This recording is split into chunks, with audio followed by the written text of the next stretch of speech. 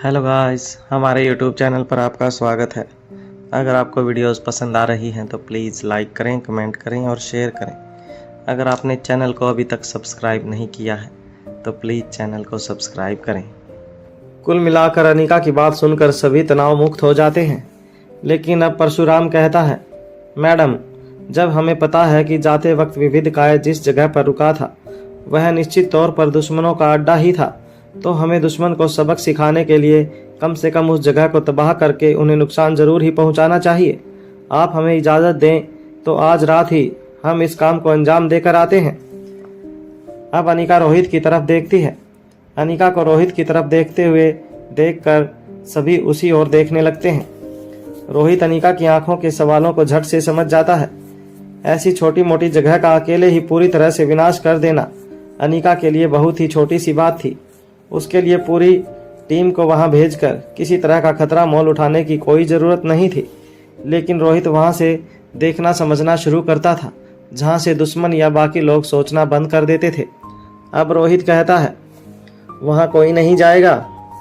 फिर अनिका की तरफ देखते हुए कहता है, कोई भी नहीं।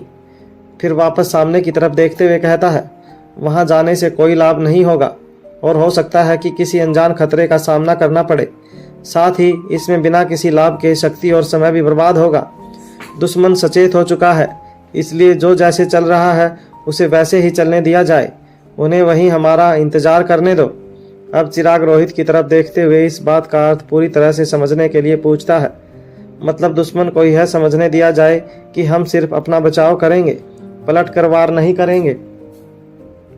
चिराग की बात पर रोहित सिर्फ अपनी गर्दन हिलाकर हाँ कह देता है। अब भूमि कहती है, मतलब हमें दुश्मन की जड़ें काटने के लिए उसे जगह जगह ढूंढने की जरूरत नहीं है। इसी गलतफहमी में वह स्वयं अपनी ताकतों को हम तक भेजकर उन्हें खत्म करने के लिए हमें मौका देगा। अब रोहित कहता है, हाँ, हमें सिर्फ सचेत रहना है और तैयार भी। ऐसा नहीं है कि हम पलट कर वार नहीं करेंगे, लेकिन वार इतना घातक होना चाहिए कि दुश्मन को अपनी मौत तक याद रहे। तभी उन्हें अगले हमले की तैयारी में लगने दो। ठीक उसी वक्त हम उन्हें ऐसा घाव देंगे कि वह याद रखेंगे। अब जब सभी के सवाल जवाब खत्म हो जाते हैं तब अनिका कौटिल्य से पूछती है, क्या उस लैपटॉप से कोई जानकारी मिली? कौटिल्य कहता है, उसमें अभी थोड़ा वक्त लगेगा। उस प्रॉब्लम को रिसॉल्व करते ही मैं तुरंत आपको बताऊंगा। अब रोहित चिराग की तरफ देखता है। रोहित चिराग का इशारा समझकर अपनी जगह पर खड़ा हो जाता है और सभी से पूछते हुए कहता है, क्या किसी के मन में कोई और सवाल या कोई सलाह हो तो कहिए। कुछ पलों तक खामोशी बनी रहती है और कोई कुछ नहीं कहता। तब चिराग कहता है, आज की मीटिंग यहीं डिस्पर्स की जाती है। इसके बाद सभी अपनी अपनी जगह से खड़े हो जाते हैं और बाहर की ओर जाने लगते हैं। ठीक इसी वक्त अनिका भूमि को रोकते हुए कहती है, भूमि, प्लीज़ तुम अभी यहीं रुको, मुझे कुछ ज़रूरी बात करनी है। रोहित अनिका की तरफ देखता है और आंखों ही आंखों में सवाल पूछता है। अनिका भी आंखों ही आंखों में उसके सवाल का जवाब देते हुए कहती है, तुम चलो, मैं बस बात खत्म करके अभी आती हूँ। जैसे ही रोहित अपने कदम आगे बढ़ाता है, चिराग उसके पीछे पीछे चलते हुए कहता है, सर, मुझे आपसे कुछ डिस्कस करना था। रोहित बदले में चिराग की तरफ अपनी गर्दन हिलाता है। उसके बाद रोहित और चिराग बातें करते हुए आगे बढ़ जाते हैं। यहाँ भूमि और अनिका दोनों अपनी अपनी जगह पर दोबारा से बैठ जाते हैं।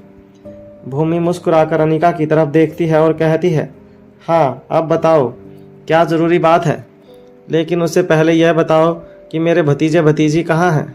फिर अपनी बात को पलटते हुए कहती है, चलो यह भी छोड़ो, यह बताओ कि वह कैसे हैं। अनिका मुस्कुराकर जवाब देते हुए कहती है, जहाँ भी हैं बिल्कुल तुम्हारी तरह हैं, खुश और अपने काम में मशगूल। 1-2 दिन में ही वापस आ जाएंगे। अब भूमि कहती है, यह हुई ना बात, अब बताओ तुम क्या ज़रूरी बात करना चाहती थी। अनिका कहती है, ज़रूरी बात यह है कि तुम्हें अपने लिए अपनी मनपसंद ड्रेस ऑर्डर करनी है और उस ड्रेस के साथ तुम्हें जो कुछ भी चाहिए वह सब समय पर अरेंज करना है। यह सुनकर भूमि के चेहरे पर आश्चर्य दिखाई देने लगता है। वह समझ नहीं पाती कि अनिका ऐसा क्यों कह रही है। फिर झट से कुछ सोचकर बोल पड़ती है, क्या इस बार सरप्राइज के लिए एफिल टावर जा रहे हैं? अब अनिका आगे कहती है, इतना हैरान होने लायक टॉपिक नहीं है। और हाँ, इतना दूर जाने की भी जरूरत नहीं है। फिर भूमि के हाथ पर अपना हाथ रखते हुए कहती है, बड़ी ही सिंपल सी बात है, तुम्हें आसानी से समझ में आ जाएगी। तुम्हें लड़की की बहन की तरह या फिर बेस्ट फ्रेंड की तरह अपने लिए ड्रेस चुननी है। इसके अलावा लड़की के लिए भी ड्रेस तुम्हें ही फाइनल करनी है, और वह भी लड़की की पसंद की होनी चाहिए। शर्त यह है कि इस बारे में लड़की को कुछ पता नहीं चलना चाहिए। अनिका की गोल गोल बातें सुनकर भूमि को यह तो समझ में आ जाता है कि कोई फंक्शन है, लेकिन असल माजरा समझने के लिए वह मुस्कुराते हुए अनिका से कहती है, अब पहेलियां बुझाना बंद करोगी तो तुम्हारा दिया हुआ काम जल्दी हो जाएगा। ठीक ठीक बताओ कि खुशखबरी क्या है। अनिका जवाब देती है, हम सोच रहे हैं कि ओमकार और प्रीति की सगाई कर दी जाए और यह उनके लिए एक सरप्राइज होगा। अनिका की इस बात पर भूमि उसे तिरछी निगाहों से घूरते हुए कहती है, अनिका, पक्का यह सरप्राइज ही है ना? किसी तरह का शौक तो प्लान नहीं किया है तुमने?